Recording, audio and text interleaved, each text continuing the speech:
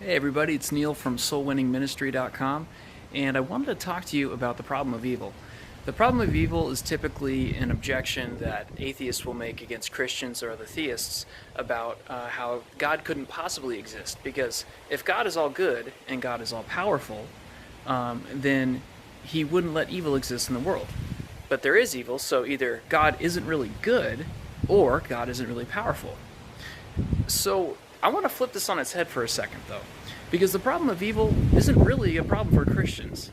Christians understand that evil is simply the absence of holiness, and that is what is in human beings innately, is that fallen nature, that original sin.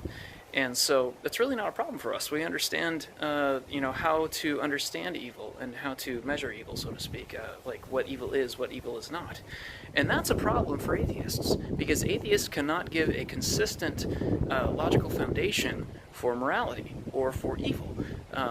So if there is no transcendent standard, then how can there possibly be evil?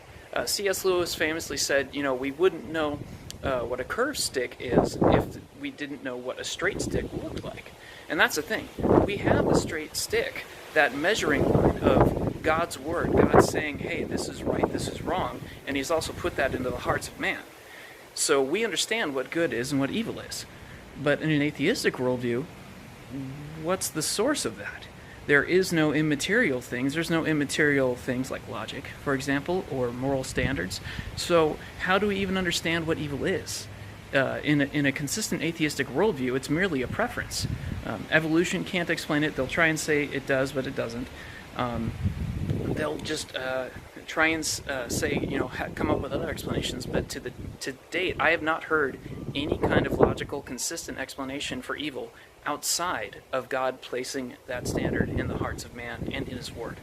So really, when you hear about the problem of evil for an atheist, flip it on his head and ask him to explain, well, how do you explain evil? Because there's really no way to understand evil without that transcendent, immaterial standard, that prescription of how we ought to behave.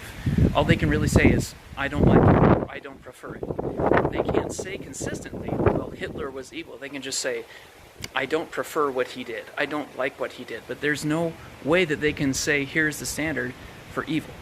So, next time you hear that objection, turn it on its head and ask them to give a consistent atheistic material standard for what is evil and what is not. Until next time,